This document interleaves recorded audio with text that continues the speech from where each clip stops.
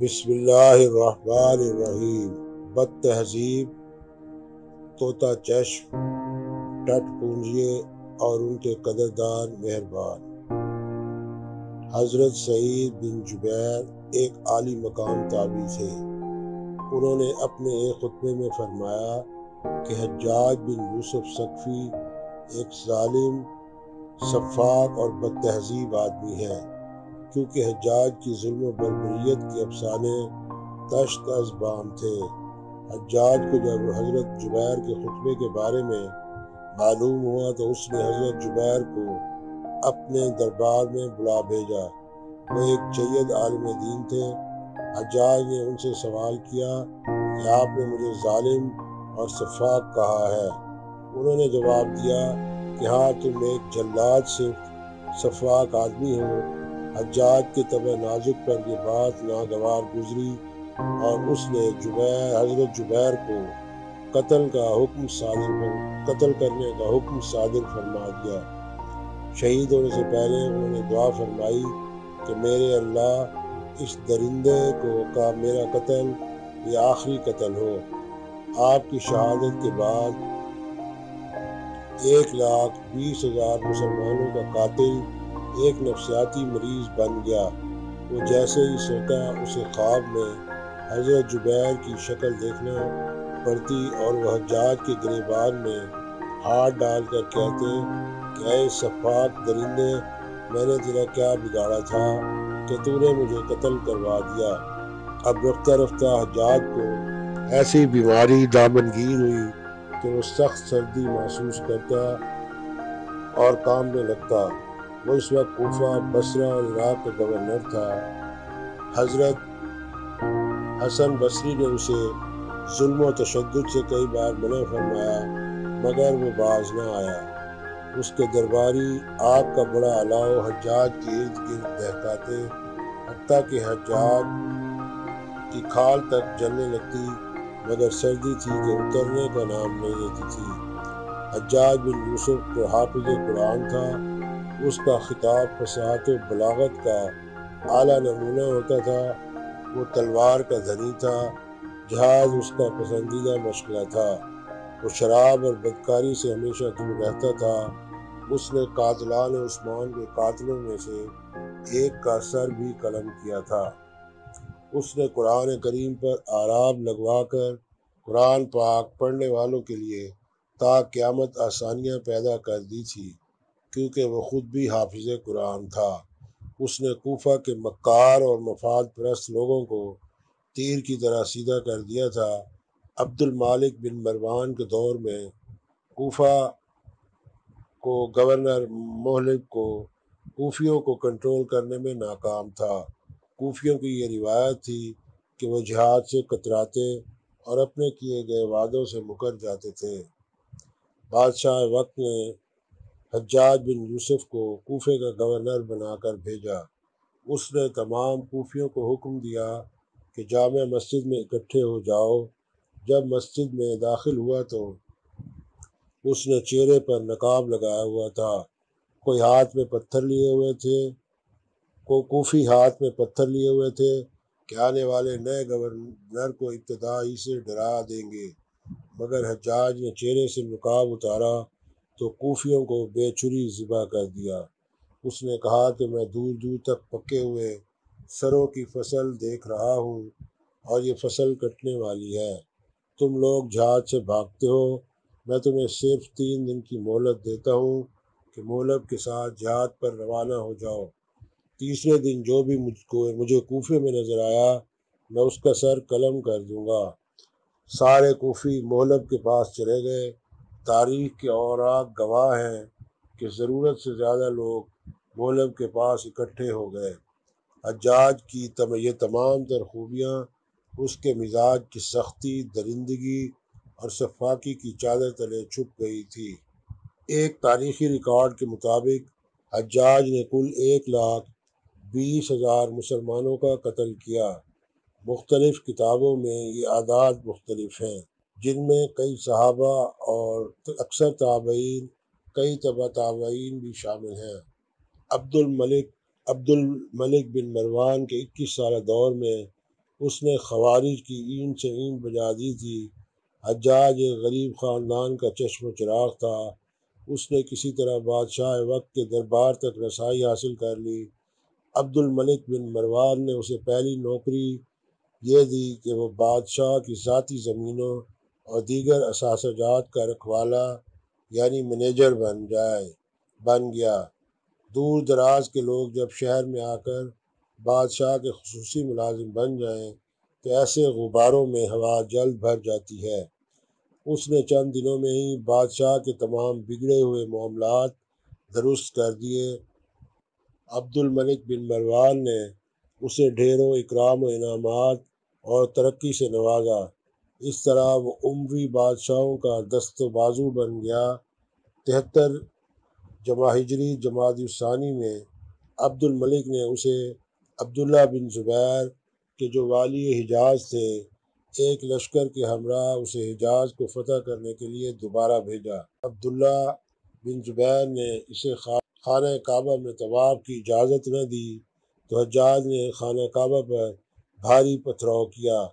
پھر اس نے خانہ کعبہ پر لشکر کشی کی اور پچھلے 7 سال سے والی حجاز عبداللہ بن زبیر کو شہید کر کے اس کی لاش کعبہ کے دروازے پر لٹکا دی۔ 72 سالہ عبداللہ بن زبیر رزم گاہ حجاز میں بڑی جوان مردی سے لڑتے ہوئے جام شہادت نوش کر گئے۔ یہ خون ریزی 73 ہجری جمادی الثانی میں مسجد الحرام میں ہوئی۔ یہ خواتین کے لیے ایک بہترین مثال بہادر ماں کے تاریخی الفاظ ہیں کہ 92 سالہ اسما بنت ابی بکر صدیق رضی اللہ تعالی عنہ کا جب ادھر سے گزر ہوا تو بیٹے کی لاش دیکھ کر فرمانے لگیں یہ شاہ سوار ابھی سواری سے اترا نہیں۔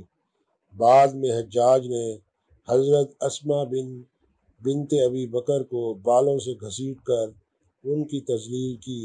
حجاج کا 20 سالہ دور گورنری اس کے سیاہ کارناموں سے داغدار ہوتا رہا۔ حضرت سعد بن جبیر کا قتل اس کا آخری قتل تھا۔ سن 94 ہجری میں آخر کار یہ سفاک مکار حضرت جبیر کے قتل کے بعد یہ نفسیاتی مریض بننے کے ساتھ ساتھ سرطان جیسی خطرناک بیماری کا شکار ہو گیا۔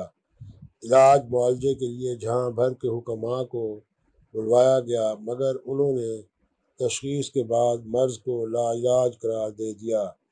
پھر شام سے ایک خاص طبیب کو بلوایا گیا تو انہوں نے دھاگا ڈال کر بذریعہ حلق ایک گوشت کا ٹکڑا اس کے معدے میں ڈالا۔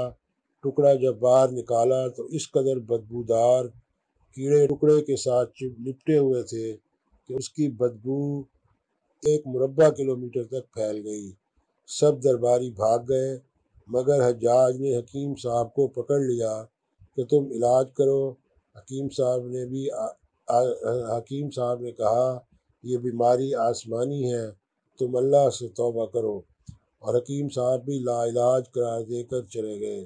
پھر آخر میں حجاج نے حسن بصری کو دعا کے لیے بلوایا تو انہوں نے اس گرتی ہوئی دیوار کی سرزنش کی کہ میں تمہیں قتل و غارت سے عمر بھر روکتا رہا مگر تم باز نہ آئے، اب تیرا بچنا ناممکن ہے۔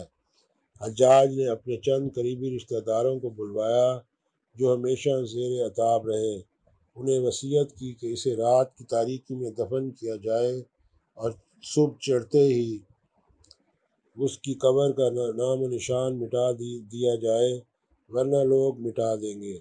چند گھنٹوں کے بعد اس کا پیٹ ایک زوردار دھماکے سے پھٹ گیا اور حجاج کی روح قبض عسکری اور لشکری سے پرواز کر گئی اور رہتی دنیا تک کے بادشاہوں، گورنروں، اعلیٰ عہدے پر فائز لوگوں، بڑے بڑے قاضی القضات اور بڑے بڑے سیاسی اور مذہبی لیڈروں کی خوشامد کرنے والے مفاداتیوں کے لیے ایک سبق آموز کردار بن گیا۔